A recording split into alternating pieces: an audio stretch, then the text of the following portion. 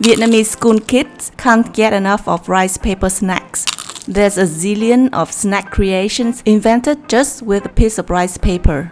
We have very famous bánh tráng nướng in Đà Lạt, bánh tráng trộn in Ho Chi Minh City, and in Da Nang we have bánh tráng kẹp made in various shapes and sizes. These street vendor snacks not only attract the children and students, but also the tourists. Let me show you why it's so popular and how to make this at home. Let's begin. Oh yeah! Helen's recipes. There are two components that can't be missed in the making of bánh tráng kẹp. Is the spreading sauce made from shrimp paste and the dipping sauce made with beef jerky.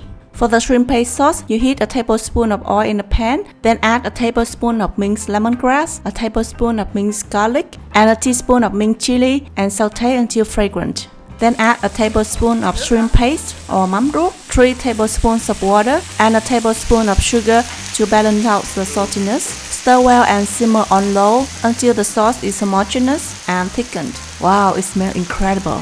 Next, we will make the dipping sauce. As in many other Vietnamese dishes, the dipping sauce is what could make or break the dish. All the secrets are in here, so get your pen and paper ready.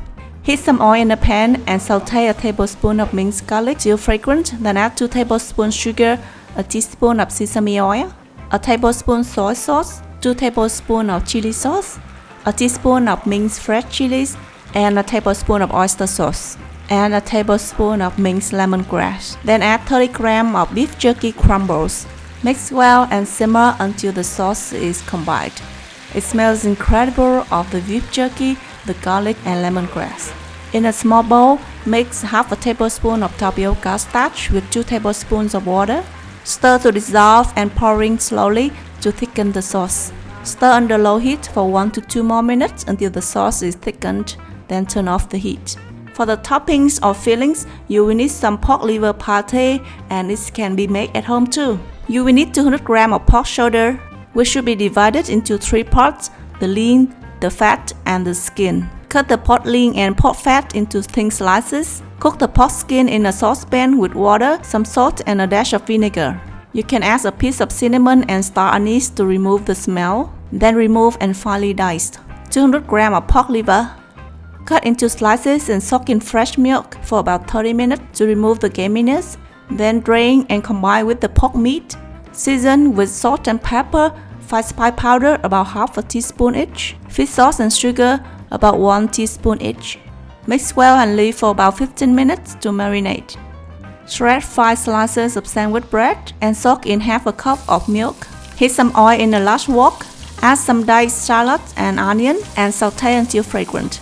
When the onion turns translucent, pour in the meat and stir well over medium-low heat for about 15 minutes until the pork and liver is cooked through. In a food processor, combine the pork and liver stir-fry, the breast soaked in milk, and the pork skin.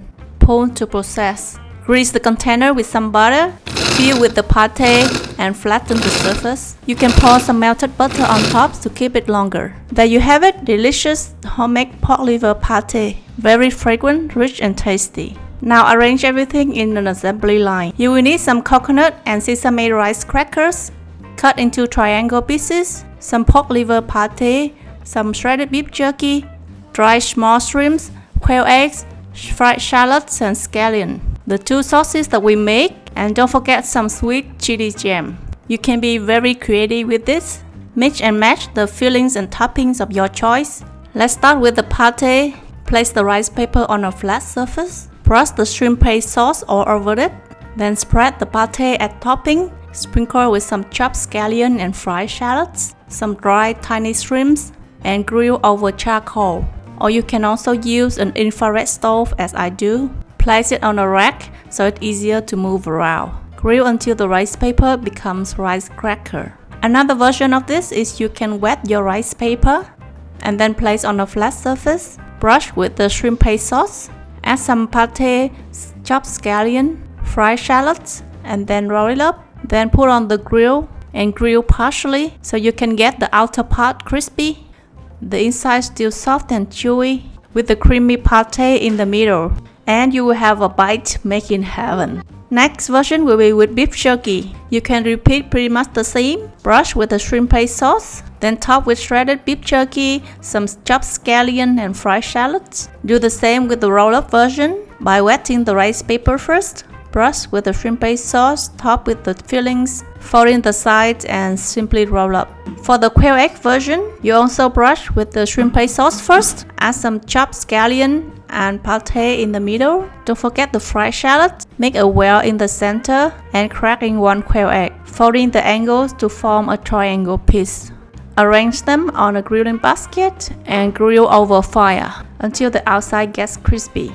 You can also skip the folding part and have the quail eggs cooked sunny side up on top.